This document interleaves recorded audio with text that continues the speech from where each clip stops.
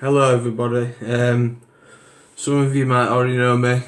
Some of you might not. My name's John. I'm a sufferer of mental health problems. Um, I'll get more into that further down the line. But I wanted to briefly introduce myself, and later on I'll be going over the ups and downs, etc., etc. I just want to start also by saying a tribute to Caroline Flack. It's tragic that she felt so desperate had to take her own life, and this is becoming a really serious thing now. And it just goes to show it doesn't matter how much money you've got, whatever. Anyone can be hit by mental health. So rest in peace, Caroline, and condolences are out to your friends and family as well. I'm just more curious as well to know, how many of you guys have experienced mental health problems? Do you experience depression, anxiety? Have you got a diagnosed problem? Do you sometimes feel different, but you don't know why you feel different? Do you ever feel on edge, but you don't know why you feel on edge? Do you ever feel like the mirror looks different to when you're looking in it to when somebody else sees you? There's all these different scenarios, and they all tie into mental health. And as time's going by, we are getting a lot better with it, which is good. We've got a long way to go yet, but the main thing is we are going in the right direction. Also, I'd like to ask, are you watching someone you love going through something horrific? Because you people are just as important. Do you know what I mean? Because all I know as a sufferer myself, I only know it from my side. I try to put myself in my family and friends' shoes, but it's very difficult. But I can imagine you're probably feeling hopeless, you're probably feeling terrified, worried, you don't know where to turn. All of these different emotions, and I'm hoping that this video and some of the strategies I've learned can help you find the support that you need, whether that's for you or someone that you love. Now, any questions I'm open to, and below in the comments section I will be putting my personal email, and don't be frightened to message me. I'm more than happy for people to contact me, and I think through my journey, which I'm going to go on about, you will see how mental health is it's like a tidal wave. It's very, very unpredictable, and they say 25% of people in their lifetime experience mental health problems. I think, for myself in particular, a lot of it is in my genetics, which I'll go into a little bit later. But you might be, I don't know, are you feeling really sad and you don't know why? Are you feeling really insecure? And it doesn't matter how many people tell you the reassurances that you're looking for, it's not enough. Have you just missed out on a big job which meant a lot to you? Have you just missed out on a job? Has one of your kids fallen ill? Has one of your parents fallen ill? have you just lost a grandparent? You know, there's millions of different scenarios.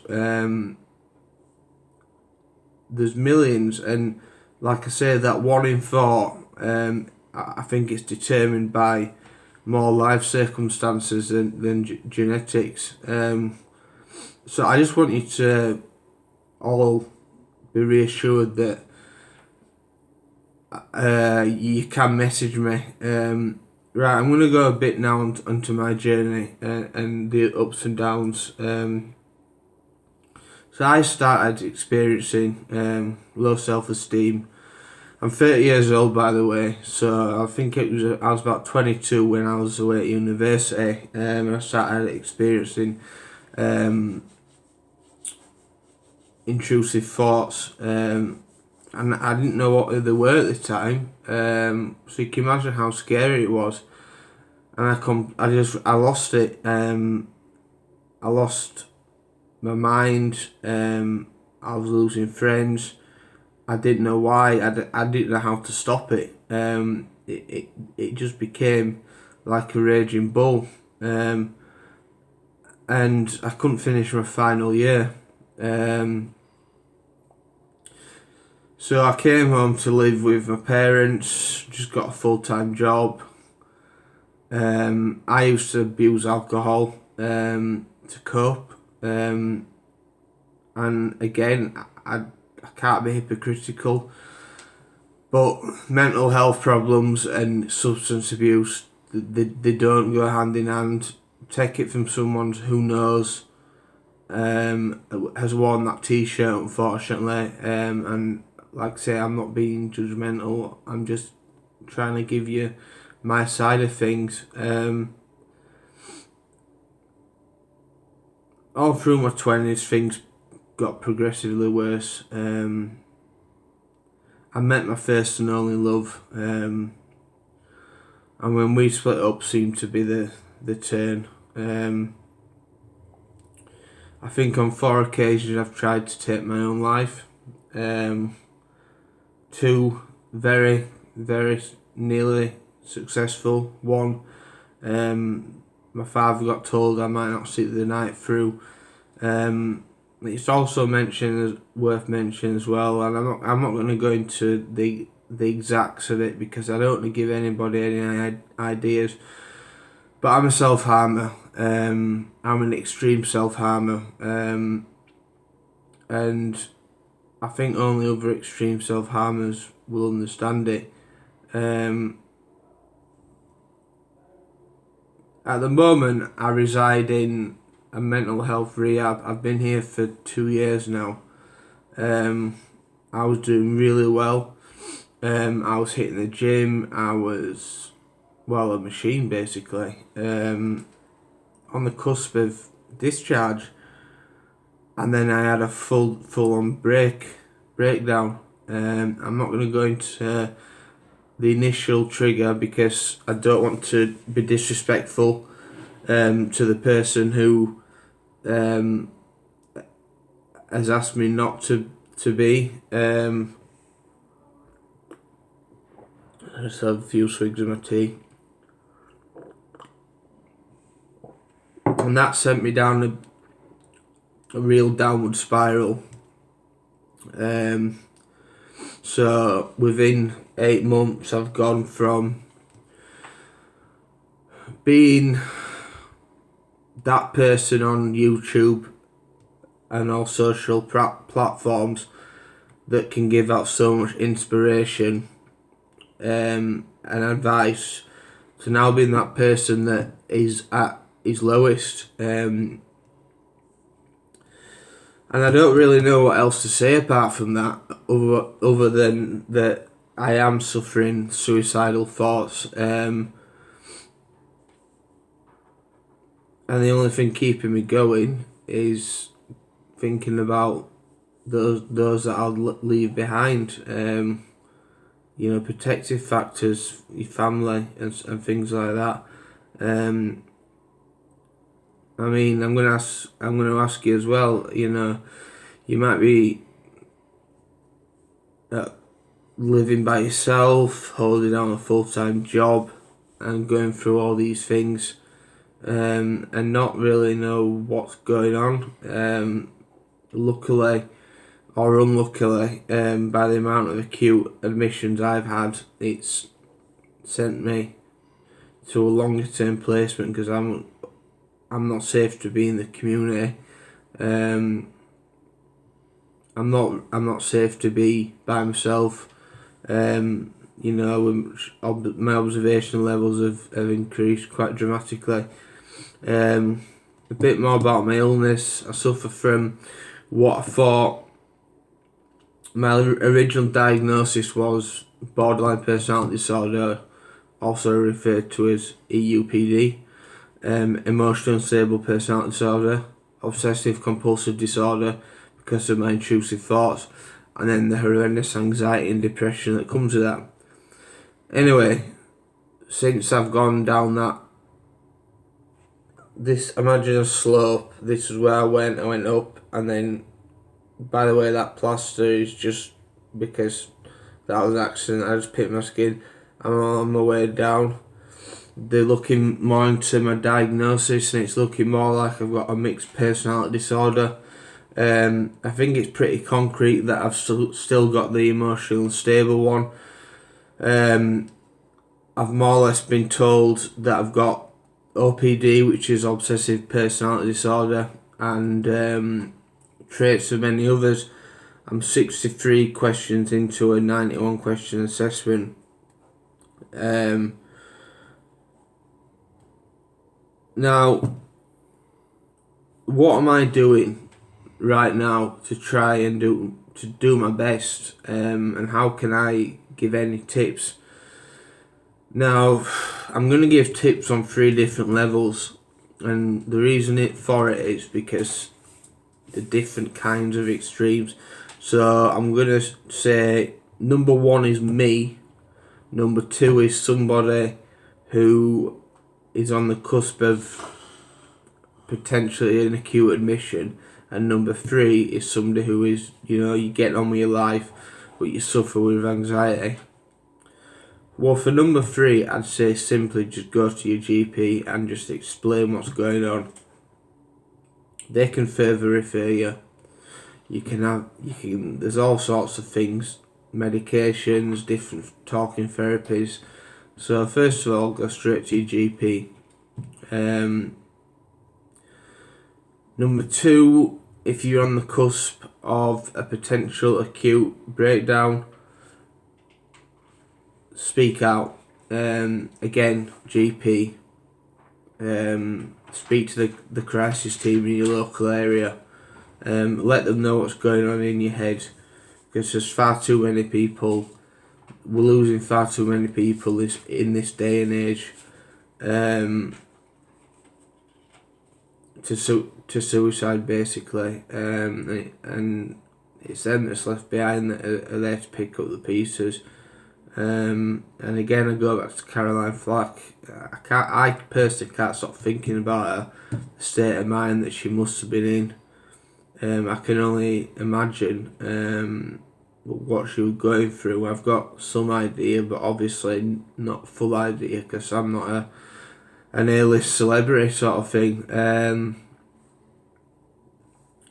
Then if you kind of at my stage, where you're an extreme self-harmer and you're in sort of a place where you've got no leave, your observations are high, just try your best to distract yourself. Think of your family and friends and what it do to them. I know it's easier said rather than done, because I've self-harmed very recently, and it's been an ongoing thing. People often wonder why I do it to my body. It's one of them topics.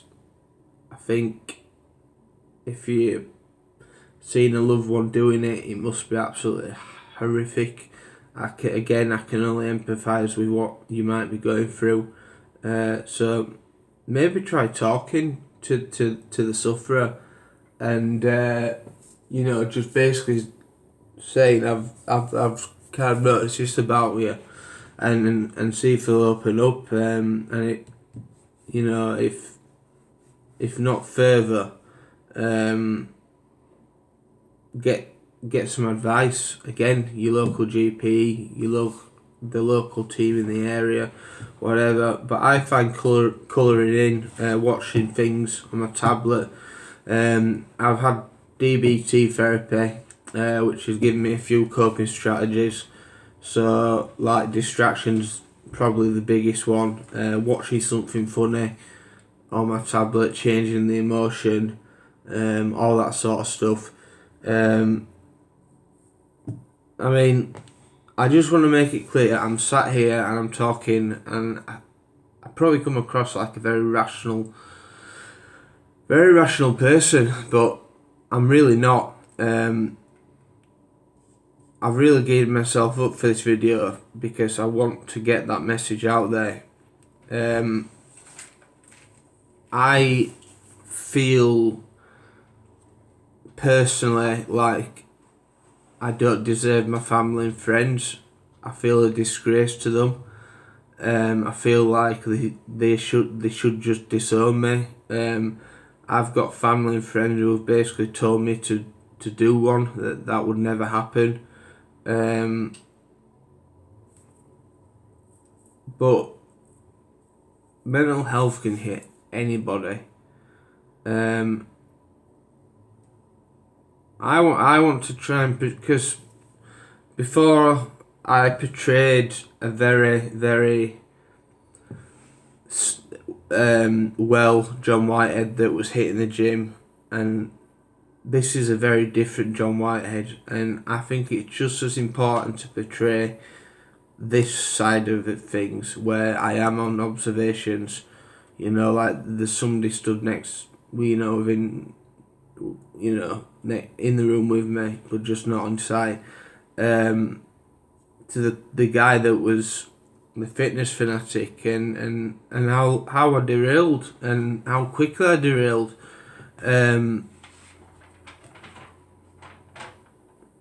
Men and mental health, you've got nothing to be ashamed of. I just think if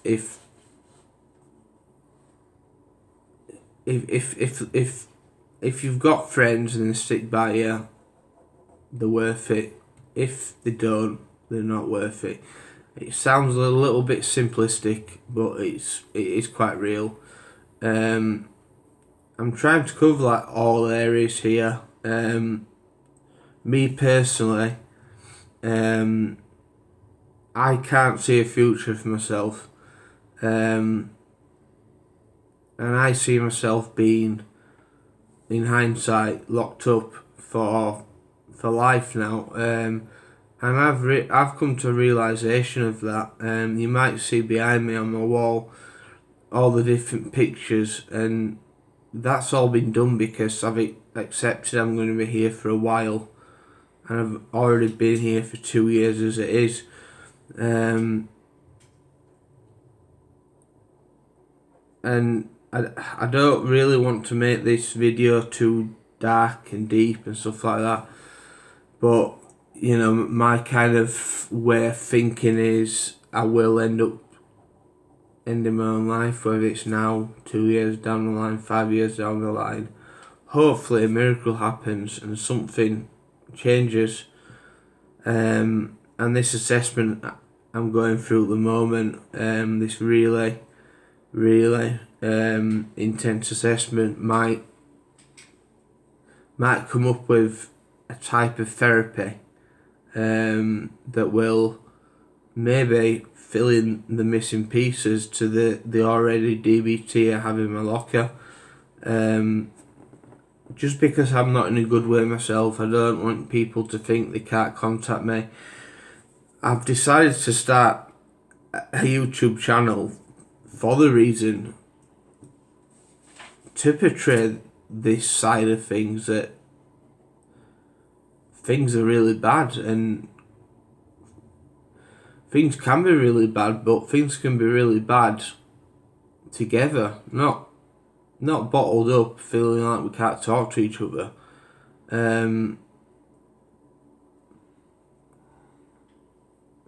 I think final notes. You know, I don't have all the answers on the postcard. I wish I did.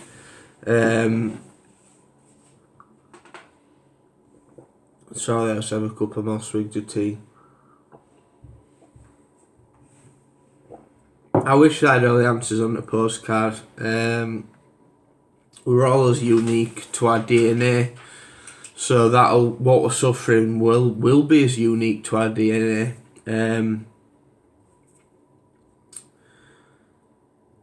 So no one situation is going to be the same as another, but the worst thing you can do is compare. So if you're going through stuff, don't think just because what the position I'm in is what you would class as worse, then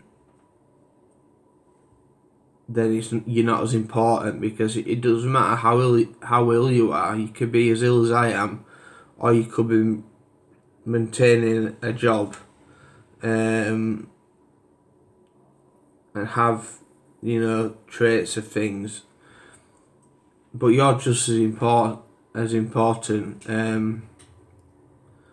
Try and stay away from substances, mind altering. Been there, got the t-shirt. It doesn't end well. Take it from someone who knows. I might sound hypocritical,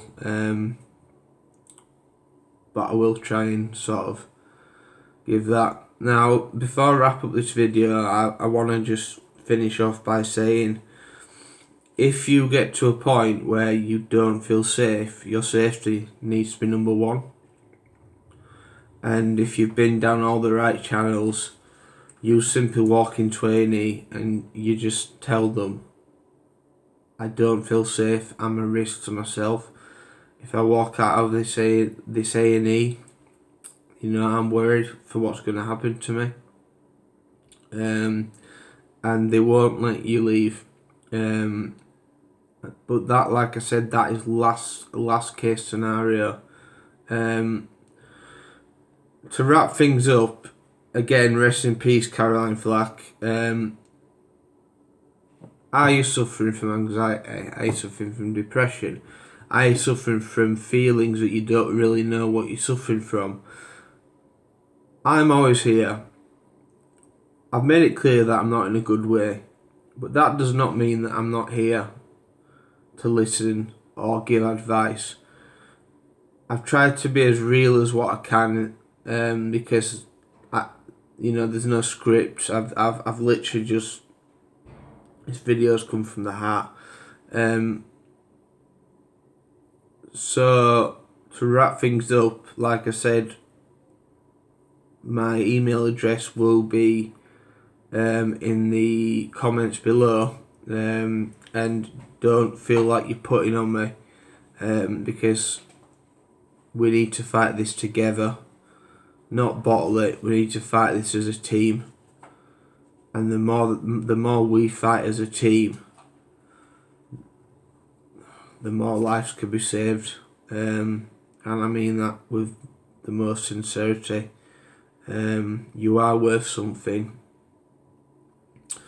If you're seeing a loved one go through something, they're worth something, you're worth something, we're all worth something.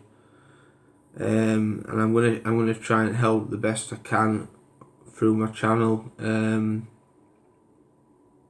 be real and not be fake. You know, some days I might be feeling really down, and I will portray that. I won't pretend I'm not down.